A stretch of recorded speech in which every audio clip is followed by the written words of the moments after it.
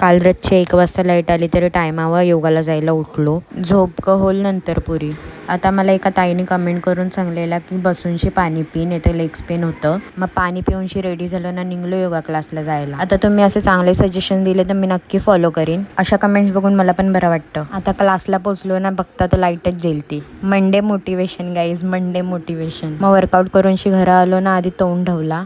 मग घरा येताना ताजी मेथी दिसली मग घेतली. आज ब्रेकफास्टला याचंच पराठे करता म्हणून एक साईडला पाणी तापत ठेवल्यानं मेथी साफ करूनशी घेतली ना, मस्त फ्रेश झालो. आता आपल्याला खलबत्त्यानं अद्रक लसूण मिरची वाटायची आहे.